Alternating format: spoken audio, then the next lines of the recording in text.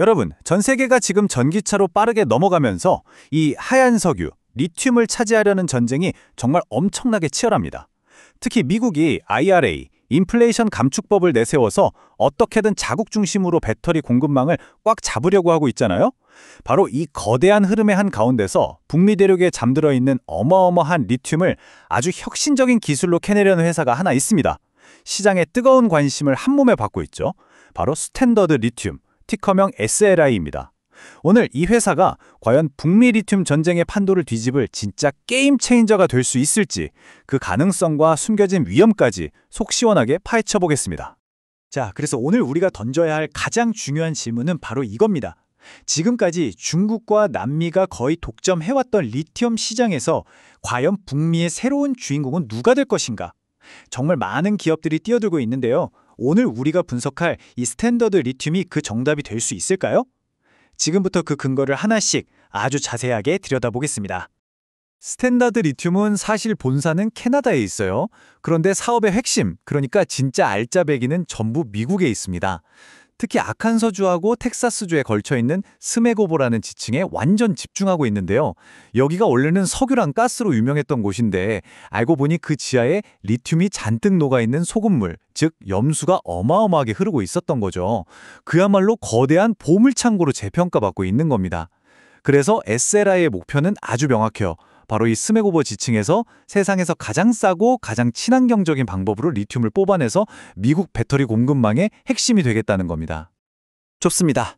그럼 이 회사의 심장, 진짜 핵심 기술이 뭔지 한번 들여다보죠. 스탠더드 리튬의 모든 가치와 미래는 바로 이 세 글자 DLE에서 시작된다고 해도 과언이 아닙니다. 도대체 DLE가 뭐길래 시장이 이렇게 열광하고 게임 체인저라는 말까지 나오는 걸까요? DLE, 우리말로는 직접 리튬 추출 기술인데요. 이름 그대로예요. 소금물에서 다른 건 다 내버려두고 리튬만 직접 콕 집어서 뽑아내는 기술입니다. 비유하자면 아주 성능 좋은 정수기 필터가 물에서 불순물만 싹 걸러내는 거랑 비슷해요. DLE 설비 안으로 소금물이 쫙 지나가면 특수한 물질이 리튬 이온만 자석처럼 착 달라붙게 하고 나머지는 그대로 통과시켜서 다시 땅속으로 돌려보내는 거죠. 이게 왜 그렇게 혁신적이냐고요? 기존 방식이 가진 모든 단점을 한 방에 해결할 수 있는 열쇠이기 때문입니다. 자, 이 슬라이드에 별표 5개 치셔야 합니다. DLE가 왜 혁명적인지 한눈에 딱 보여주거든요. 왼쪽의 전통 방식은요, 남미 소금 사막 같은 데서 쓰는 건데 축구장 수십 개만한 거대한 증발 연못을 만들어요. 그리고 거기에 소금물을 채우고 그냥 하염없이 기다리는 겁니다. 햇볕에 물이 다 날아갈 때까지요. 이게 짧으면 수개월, 길면 1년도 넘게 걸려요. 그러다 보니 리튬 회수율도 40에서 60%밖에 안 되고 엄청난 양의 물이 증발하니까 환경에도 좋을 리가 없죠. 자, 그럼 DLE는 어떨까요? 첫째, 효율성이요? 이건 뭐 비교가 안 됩니다. 회수율이 90%를 가뿐히 넘어요. 둘째, 환경 영향. 거의 없다고 보시면 돼요. 썼던 소금물을 다시 땅속으로 넣는 폐쇄 루프 방식이라 물 낭비도 없고 넓은 땅도 필요 없죠. 셋째, 속도입니다. 몇 달씩 걸리던 일이 단 몇 시간 만에 끝나요. 이건 정말 엄청난 차이죠. 마지막으로 바로 이 기술 덕분에 예전에는 경제성이 없어서 버려졌던 북미의 소금물에서도 리튬을 뽑아내는 게 가능해진 겁니다. 그야말로 게임의 룰을 바꾸는 기술인 거죠. 이렇게 대단한 기술이 있으면 뭐하나요? 이걸 써먹을 땅이 있어야겠죠?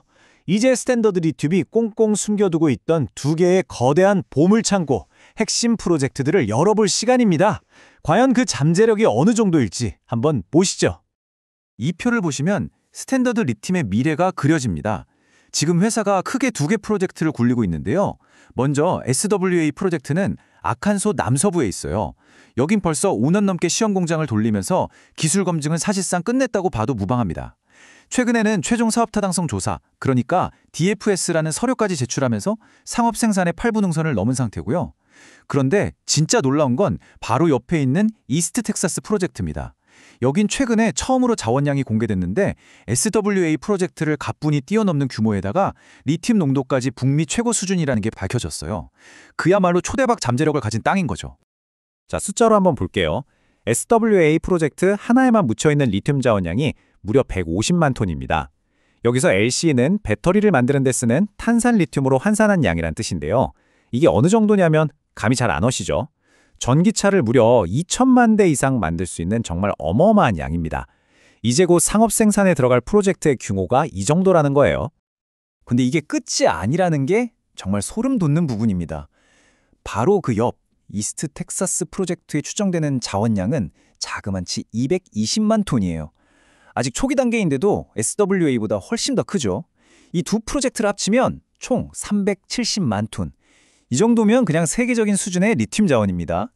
이 숫자들은 스탠다드 리튬이 단순히 기술만 가진 회사가 아니라 실질적인 자원 부자라는 걸 확실하게 보여주는 증거입니다.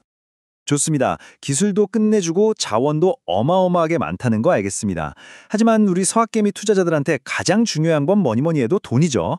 그래서 이 회사 재무 상태는 과연 튼튼할까요?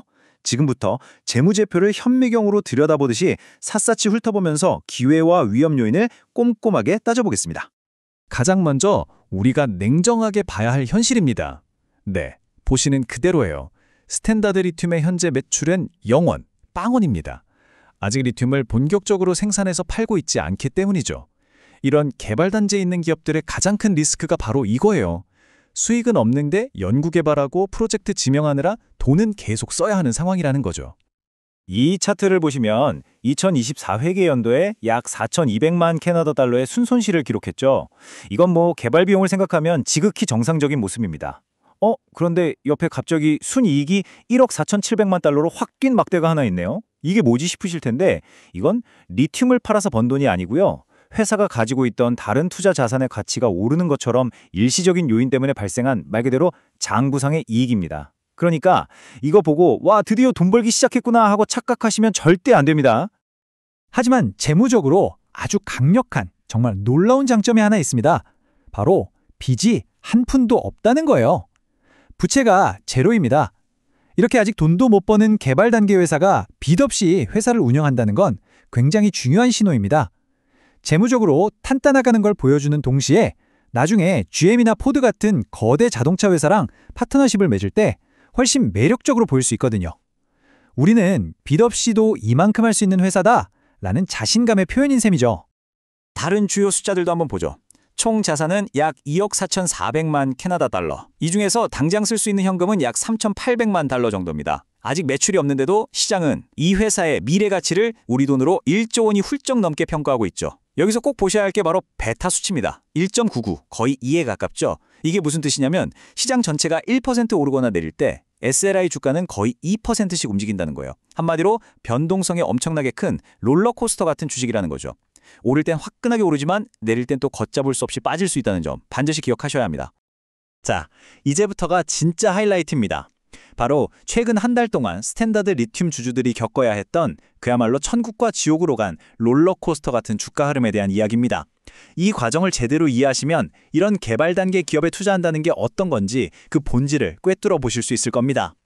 이 타임라인을 한번 따라가 보시죠. 9월 24일 이스트 텍사스 프로젝트에 어마어마한 자원량이 발표됩니다. 시장은 열광했고 주가는 슬슬 오르기 시작했죠.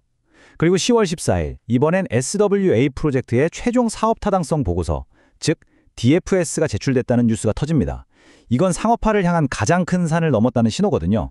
그러자 바로 다음 날 10월 15일에 주가가 폭등하면서 52주 최고가인 5.32달러를 찍습니다. 투자자들은 그야말로 샴페인을 터뜨렸죠. 하지만 행복은 딱 하루였습니다.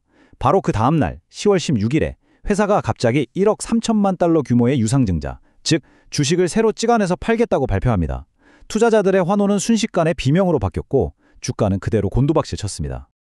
아니, 도대체 왜 주가가 그렇게 급락했을까요? 바로 희석에 대한 공포 때문입니다.